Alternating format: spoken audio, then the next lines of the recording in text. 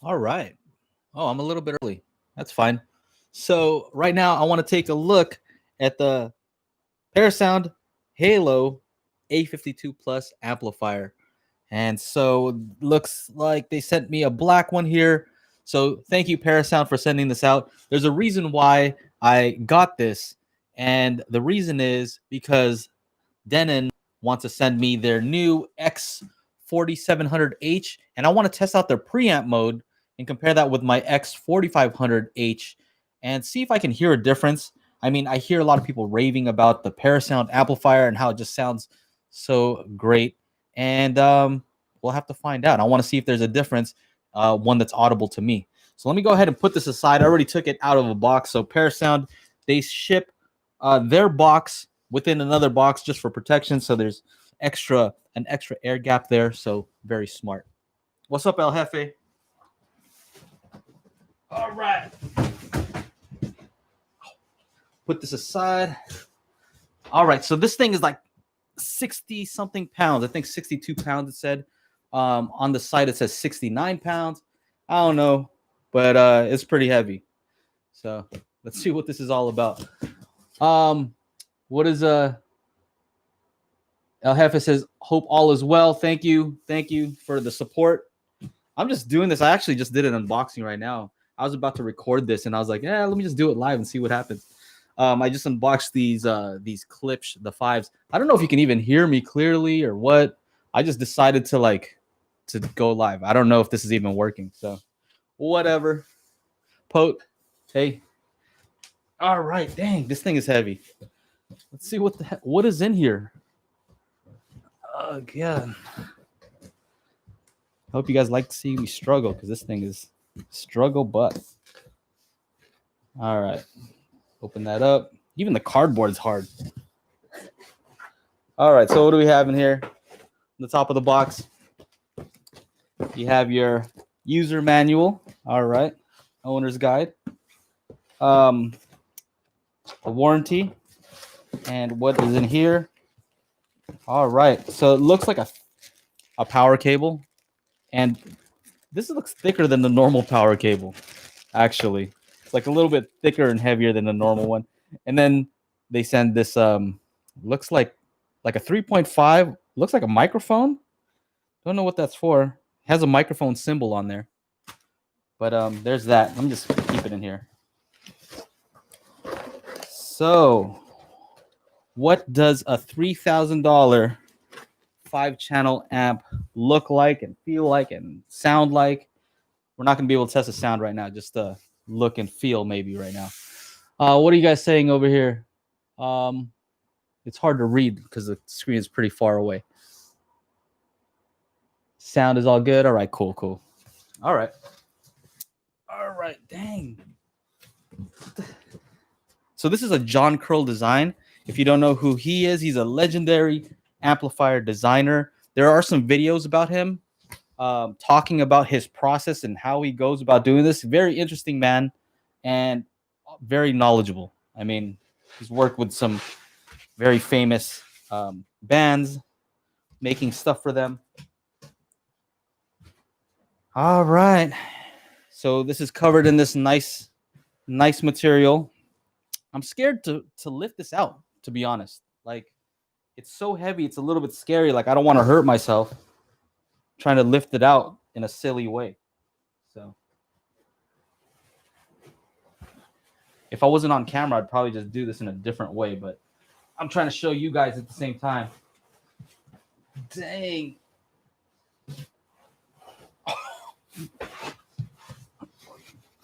This is no joke. Got to try to move this out of the way. Put this down. Oh. And not pop a hole in any of the speakers back here.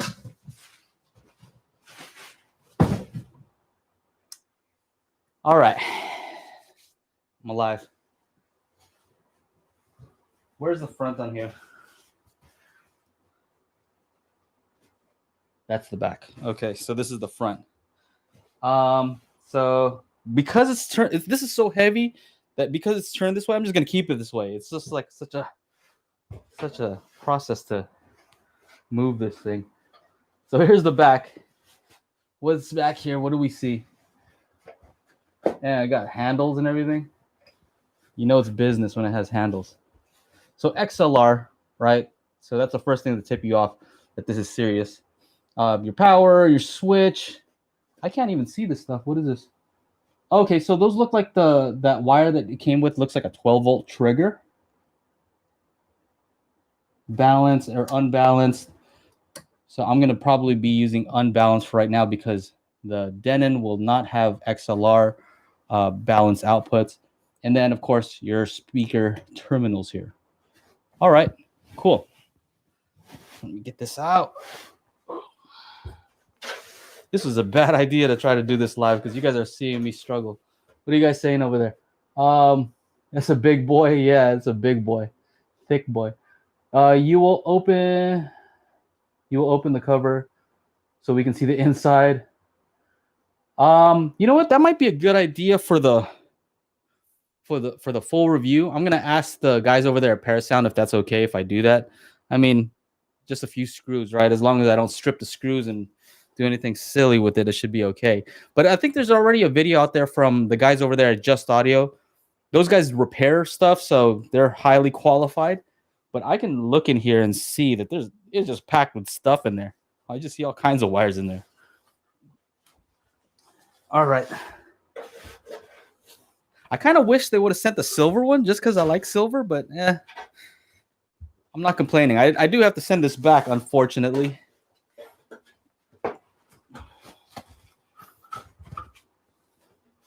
What are you guys saying over here? Only 29 people watching. Yeah, I'm surprised there are 29 people watching this thing. This was supposed to be just a random test, but I guess we have nothing better to do. Go ahead and continue watching. Oh, what are you saying over there? All right.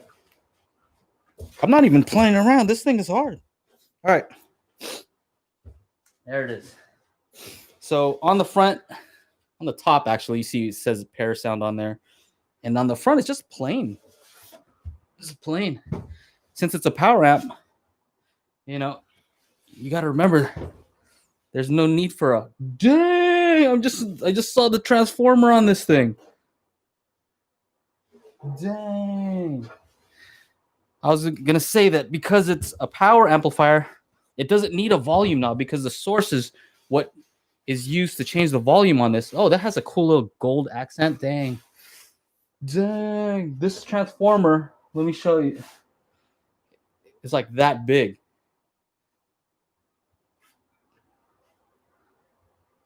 That is huge. All right. The wires in there, you can see that the wires are all thick too. All right. Well, I don't know if that's going to translate to crazy sound, but yeah, this thing is not fun to move. Chana, when you're always saying like, man, this thing is not fun to move. I know what you mean. It's not fun. Oh, dang. I don't know. I don't know what else to say. This is just a quick unboxing of this thing. What are you guys saying over here? Let me see if I can answer some questions. If you have any questions about this, then let me know now so I can answer them when I do my full review. Get my mic set up over here. Suleiman, what's up, man? Hit the gym, bud. Yeah, it's not a gym thing. I can lift this if it was like not in a weird position, no problem. Probably I can't curl that. It's a little more than I usually curl, but it's just weird, you know what I mean? Like I have it in front of me trying to lift it like that. So what speakers will you power with this one? I don't know. I'm gonna try some different speakers. You never know. I might have some different speakers coming in also for review, so we'll have to wait and see. You know, I usually use some UB5s, which typically they always say like, oh, this needs a good amplifier. It scales well with a good amplifier.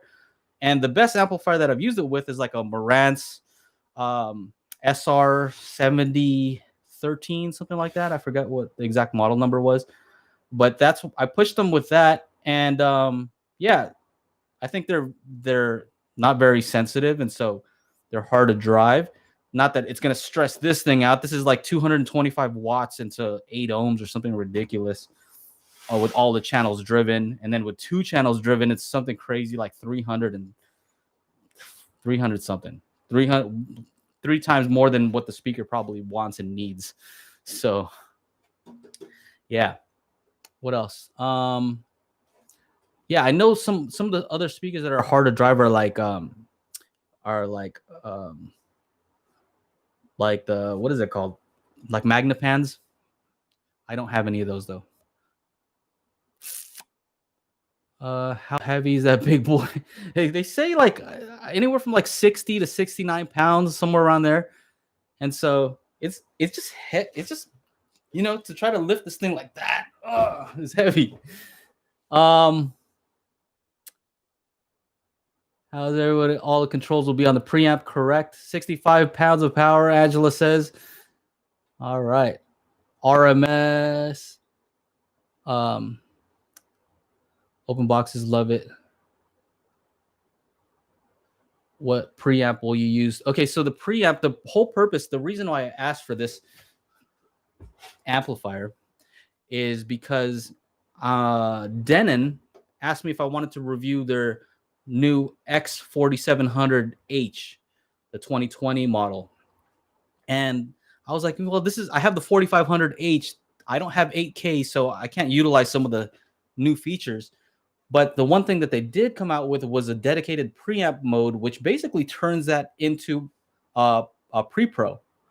So that might be interesting. People have always said that, yeah, you can tell a big difference when you go from a pre-pro, from an integrated AVR where everything's all in one box to dedicated preamp, processor, and the separate power amplifier. I have no idea. I mean, you're spending a significant amount just for the amplifier itself. So I would hope that there's going to be a noticeable difference. But that's what I'm here to figure out. I mean, in some ways, I want it to, right? I want that to happen so I can report back like, hey, I can totally tell the difference. And in other ways, I have to return this and this, so it's going to be hard to go back if it sounds a lot different. So I'm in the middle with that. What's RMS watts at 8 ohms on this? You know what? I should know all this, but truthfully, I just try to unbox these very quickly after I get them. So let me see if I can get you the stats on this. Parasound A52 Plus. A52 Plus. I think I remember seeing 225 at 8 all channels driven though. 1 second here. All right. Wow. Sorry, a bunch of messages just came in. Okay, so $2,995. And I see a review from Technodad. And here's the website. Okay. So it says 180 watts RMS times 5 at 8 ohms, 255 watts RMS times 5 at 4 ohms, 225 watts RMS times 2 at 8 ohms, and 350 watts RMS times 2 in 4 ohms. Dang, that's a lot of power. That's a lot of power. And then it has a bunch of details as far as like hand matched JFETs for input stage, hand matched MOSFETs for driver stage. That I don't know what that means. To me, I don't know. Hopefully it just means that it's going to sound awesome. What are you guys saying over here? Let me see if I can.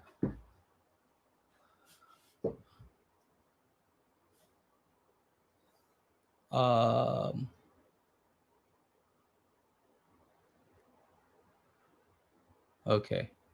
I read that so Jesse said, I read that the 4700H is much improved. Sound United's best effort to date. We'll have to see. I'm looking to get the Anthem 720 this week. Dang. My 4500H decided to die after 1 year. What? Do you think the A52 Plus would work nicely with the Anthem? I don't know. I know nothing right now. Jean-Marc. Also read that the Marantz variant of the 4700 is worse because they added distortion for what the so they can add this. So they added distortion for audiophile sound. I don't know about that. I know they have a discrete circuit that they use in the Marantz, which is usually the differentiating factor between that and the Denon model. They're, what is it called? I forgot what they call it, but it's a discrete circuit that's supposed to make it have a warmer sound. 180 watts. Tristan, what's up? Can we all just give Joe a hell yeah for the free stuff that was given away at the Hi-Fi Summit? Yeah, man. Glad you won something. What's up, Neo? What's up? What's up? What's up? Looking in the future to use monoblocks for all my speakers. What are your thoughts? Sounds like a good idea to me. You know what I mean? Anytime you can separate things out and spend money and have fun, I'm all for it. Now, whether it has a sound difference, I don't know. It depends on the speakers you're driving and, you know, what is the bottleneck of your system? Do you have like a bunch of echoes? Because, you know, if your room is not treated well, then maybe it's not the first thing that you might want to look at. But if everything is all set in place and you know, the next thing to do is to upgrade your amplifiers, might be a good idea. Yes, it has good power. I have to check THD and signal noise ratio. All right. Arendelle 1723 speakers are the truth. All right. I hope you have a dedicated 20 amp circuit for the A52. Yeah, HDAM. Yeah, Junior, you're right. That's what the dedicated circuit is called. Jesse says, I mean, this is based on measurements from the friendly folks at Audio Science Review. Yeah, I saw that they did a review, and then I guess he had an issue and had to redo the test, and the redo was a lot better than the initial one. So what else you guys got here? Doesn't look like the table can handle that. No, this is like a little pop-up table. They had one of these at the Hi-Fi store I was at yesterday. Super beast of an amp and great looking. All right. Oh, for the Marantz. You're saying, oh, the Marantz. Tristan says ASR is a fraud. Okay. I don't know about that. Yeah, I know these guys do a lot of tests, and I can't verify one way or the other, but that's cool that they even take the time to do the tests, in my opinion. Whether the results are good or not, I don't know. I can't say. They recently released measurements for the Marantz AVR. I haven't read it yet. So, yeah, that's pretty much it. I don't know what else to say. I got my kids back in the room, so that means that it's about to get loud in here. Well, thank you guys, all, 47 of you who took the time to hang out with me and ask some questions. I want to know, leave them in the comments after this video is over. If you have specific questions or something you want me to test, I mean, I'm just going to see what it's like with the X4700H to see if I can hear a difference. I kind of hope I don't hear a difference. I'm scared. What if it sounds like extremely, like it makes my other system sound like garbage? Dang. I'm going to have to ask Parasound for one of these or something. Well, we'll have to see. We'll have to see. All right. Well, that's pretty much it. I just wanted to see what was going on and if this live stream was working. Use friendly folks loosely. Yeah, friendly folks. Yeah, they were not. Sometimes Amir's not so friendly to me over there. I don't know why.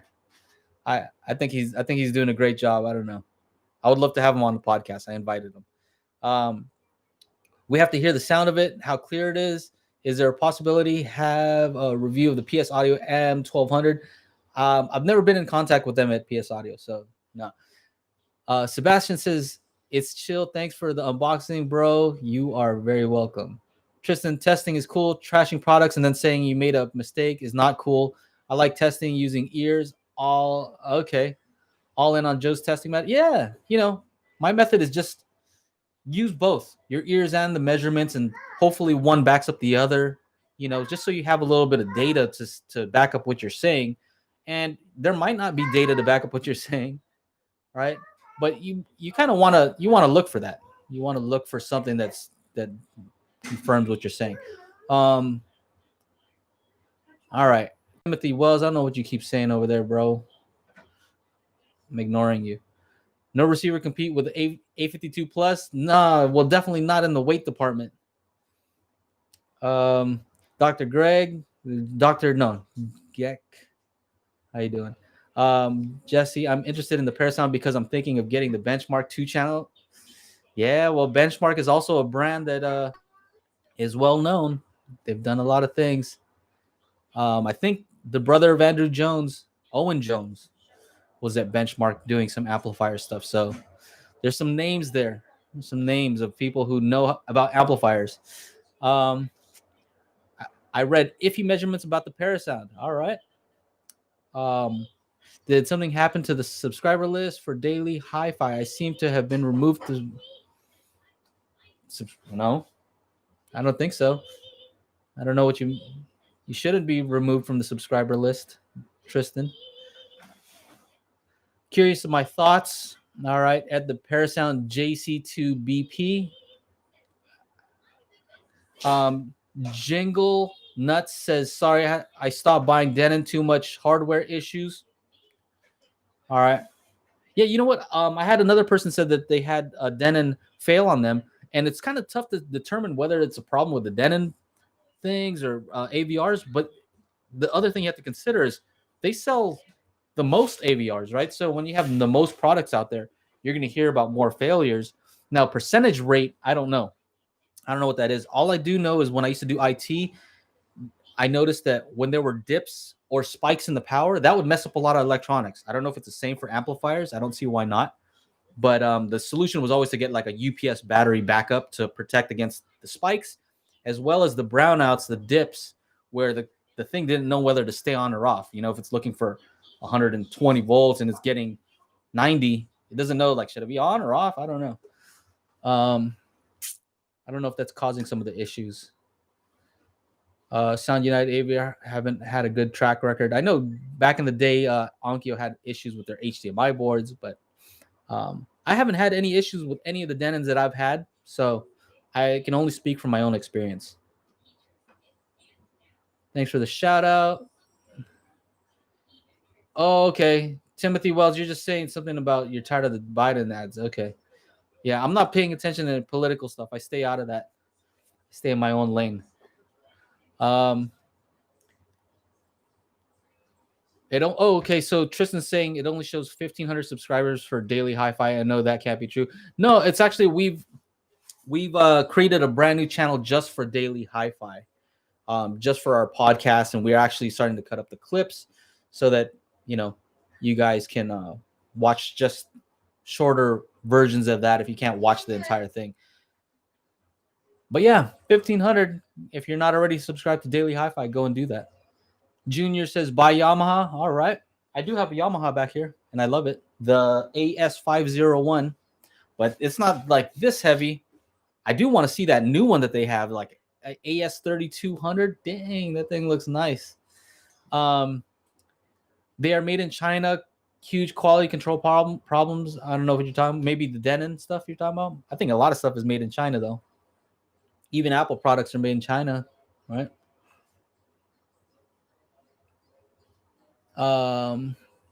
Okay, so you had a problem with the 7013. Any preview thoughts of the pretty Cliff speakers? You know what? I haven't even hooked this up. So I unboxed those, and immediately I started to record this one. I said, you know what? Let me just do a live unboxing with you guys, see what's up. But yeah, I'm gonna hook them up right after this. I'm gonna clear out this table, put this in a safe place, and I'm gonna hook up those speakers and just test them out. Maybe I should. Nah, I'll keep that to myself. Maybe for my patrons, I'll do something for them.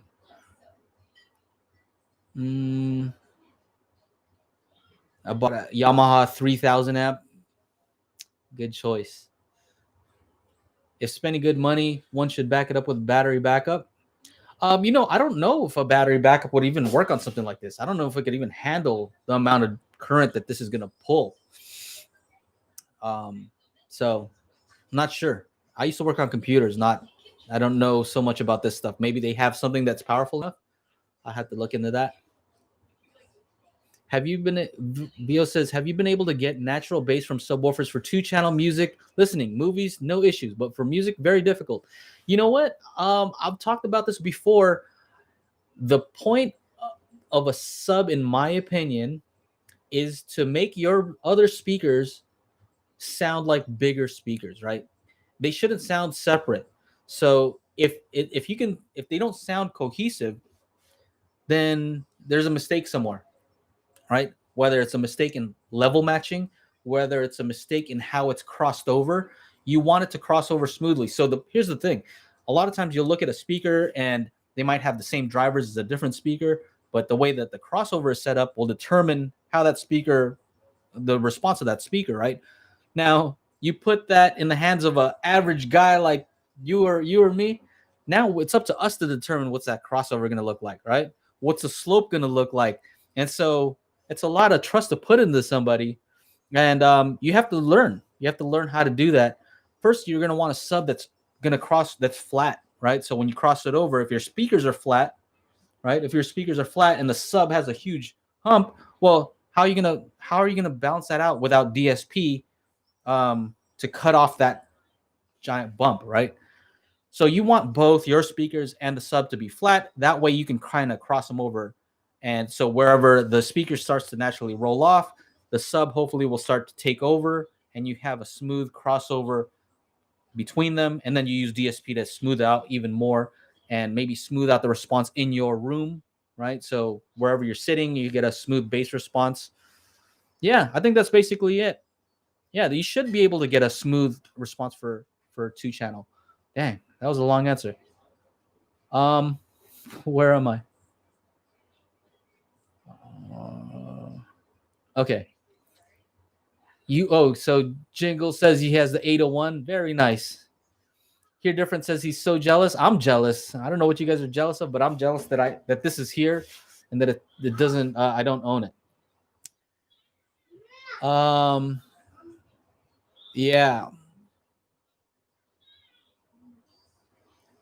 All right, live clips. You guys want to see the clips right now? You can. I don't mind.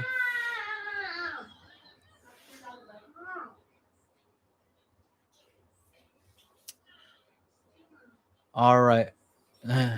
Cool. I work on computers also. Hi, Angela. Thanks for letting us borrow Joe a little longer, says Tristan. No worries. Okay. She answered. Peace and blessing to you and the family. All right. So I'm going to take off right now. A reference book subwoofer will make all of your other speakers sound better. Obviously, you need to know what you're doing. Joe knows what he's talking about. Thank you. Compatible with 4, 6, or 8 ohm rated amplifiers. How the heck does that work? I'm not sure what that means. I mean, amplifiers can work with different ohm loads. I mean, your speaker's not even at 4 or 8 consistently. It's always moving. So an amplifier should be able to handle those fluctuations. Yes. So what are you going to pair this amp with? I don't know. You know what I should probably do though is test it with different speakers, right? Different types of speakers. So I mostly have bookshelf speakers. So those ELAC UB5s, this is not going to have a problem pushing that. You know, I have the SVSs, shouldn't have a problem pushing those. So that's kind of the thing is like the person who's going to buy this probably has some bigger speakers. So maybe I can call up a few people and ask them to check out some speakers. Maybe you tell me. Maybe I'll put something together. You guys let me know what you want me to check out. I think the Wharf, okay. Let me call up the guys at MoFi Distribution and see if they'll send me like this Wharfdale Elysians or something. Dang. I don't know if I can handle all these speakers in this house, in this apartment. But Magnapan LRS, yeah, those are typically hard to drive, right? But yeah, Wharfdale, how about the Wharfdale Elysian? Let me make some calls and then or some Ohm Walsh. You know what? Speaking of that, the guys at Audio Skies want to send me those Larsons, which are similar in design, but the smaller ones, the Larson 4. Vio says the 4.2 Evos would be a nice review. Okay. All right. You got those 3030Is. Oh yeah, I got these 3030Is hooked up in the back. Like I'm saying, I want to make the most use of this power. I want to, you know, this thing has a huge toroidal in here. So I want to see what this thing can do. I can hook up different speakers though. That's what I'll try to do. I want to see if really what they say is true when they say like, oh, these speakers scale well. If you use a better amplifier, they just perform so much better. We'll see if that's true. What's Angela saying? The ohms or the Maggies? Yeah, you know, although yes, of course, I do want to stress these out. I also want to test them with normal speakers, right? Because not everybody has hard to drive speakers. Maybe they just want a better amplifier. So we'll get to see if it's the amplifier that's that's making the difference in sound. But I'm very curious. We'll see. All right, so I'm gonna take off because I think there's food over there for me, so I'm gonna have to go for that. Boom, boom, boom. Very nice. All right, so I'm gonna check this out and see how this video actually came out. But it was cool hanging out with you guys. Take care. Talk to you later. Bye. And oh no, I'm like in Zoom. I'm like in Zoom. All right, guys. Bye.